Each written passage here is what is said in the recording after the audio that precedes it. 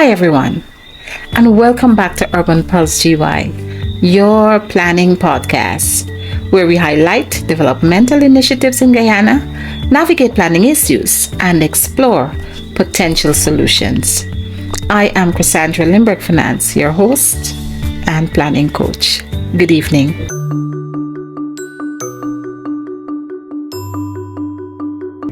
Did you know that the French seized possession of the Dutch colony of Burgess?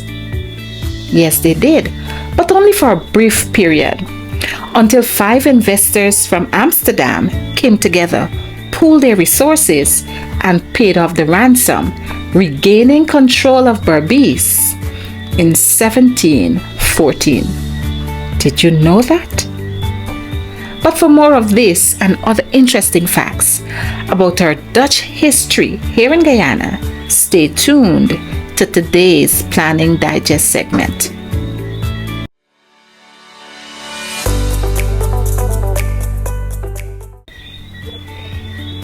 So we're still pulsating around planning theories, and we learned that they are theoretical framework used to explain social structures in both urban and rural areas.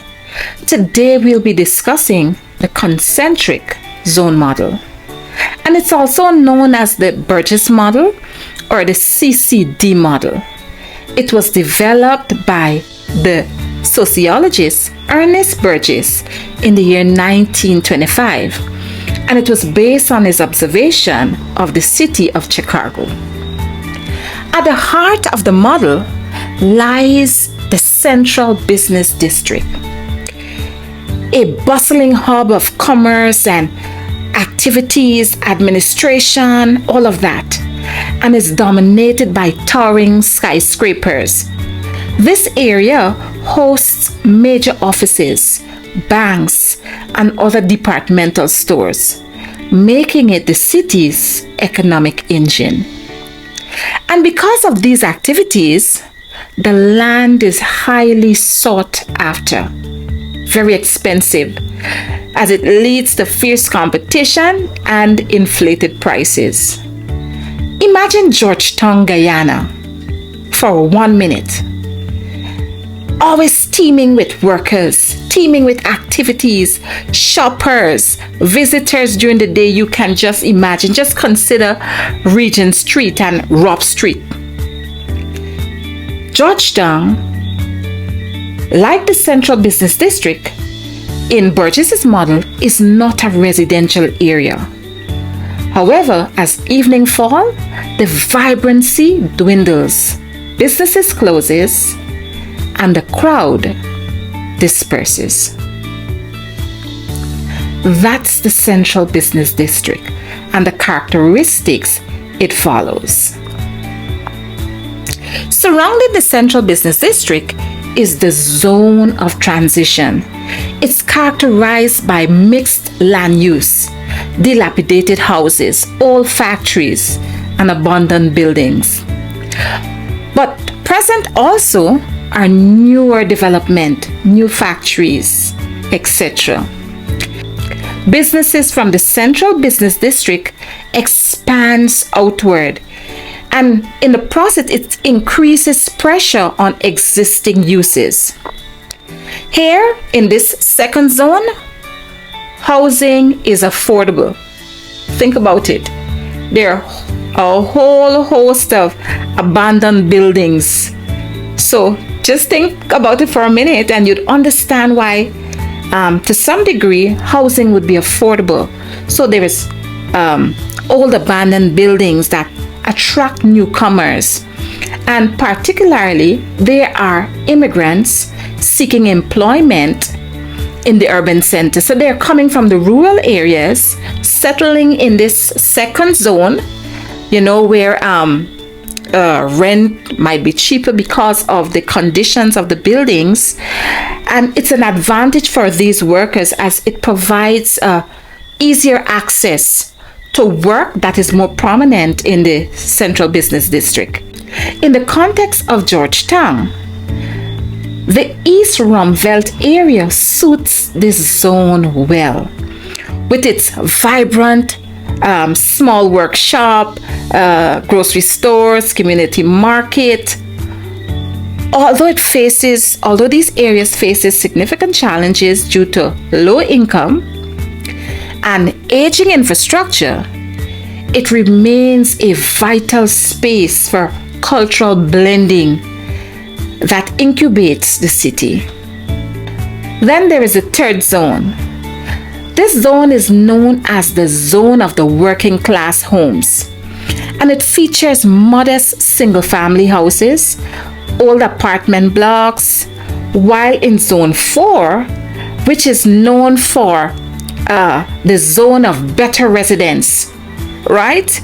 And if you think of it, if we're talking about better residence, it speaks of a different class, right?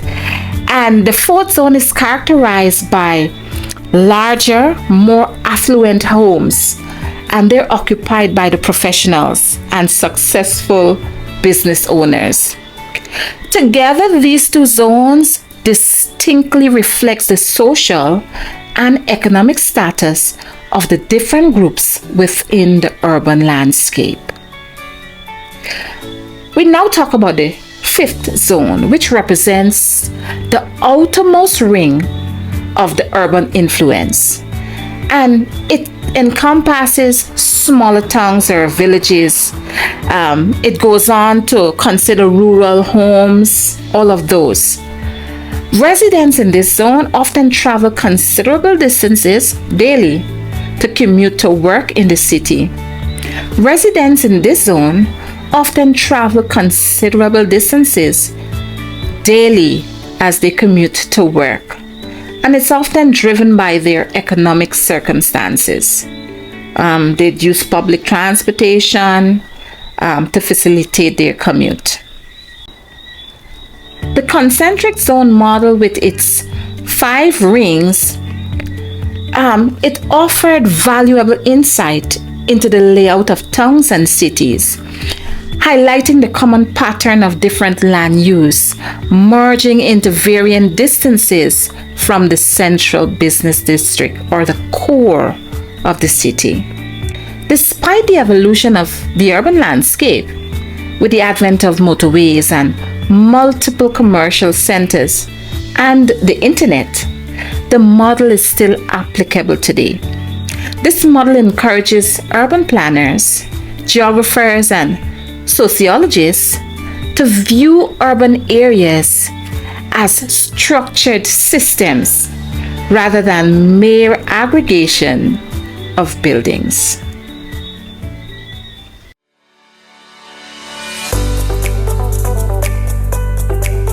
In our last Planning Digest segment, we looked at the Benpere or Van-Pere family and the role they played in the early development of Berbice through their patroonship.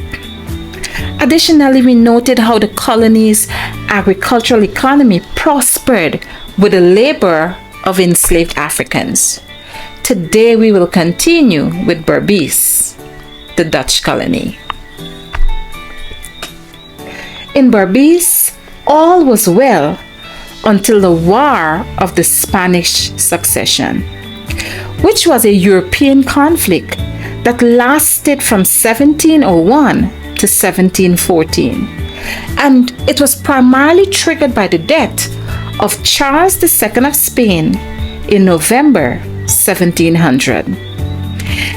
His death created a power vacuum and a contentious struggle for control over the vast Spanish Empire, which included territories in Europe and the Americas. During this war, several territories were contested, including Berbice. Hence, the colony changed hands several times during this conflict. However, in 1712, as part of the broader military campaign, amidst an expanding French territorial control in the Caribbean and South America, the French forces seized control of Berbice, holding the Benpere family and their property for ransom. The family did not want to pay the ransom. In fact, they could not pay the ransom the French demanded, which included a substantial sum of cash and goods. The French demanded 180,000 guilders in cash, which is equivalent to approximately 21 million Guyana dollars today. They also demanded 120,000 guilders in sugar and enslaved people. So, to prevent losing their colony permanently to France, 5 investors from Amsterdam, including Nicholas van Horn, Hendrik van Horn, Arnold Dick, Peter Schuurmans, and Cornelius van Peer, came together, pooled their resources, and paid off the ransom France demanded. Their collected financial efforts allowed the Dutch to regain control of Berbice in 1714. This led to the formation of the Society of Berbice on October 24, 1720. Under their governance, they raised capital for the further development and management of the colony. This resulted in Berbice experiencing significant growth. It became known for its sugar production, along with coffee, cotton, and cocoa cultivation. The society went on to own numerous plantations along the Berbice River and its tributary, the Kanji River.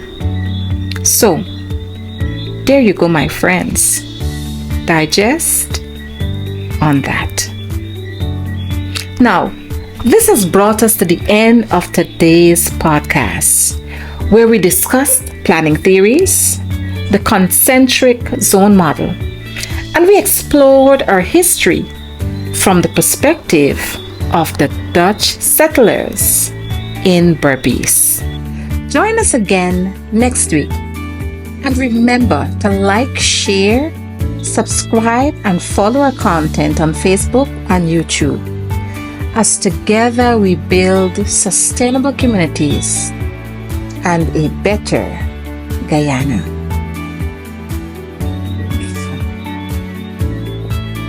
Bye, friends.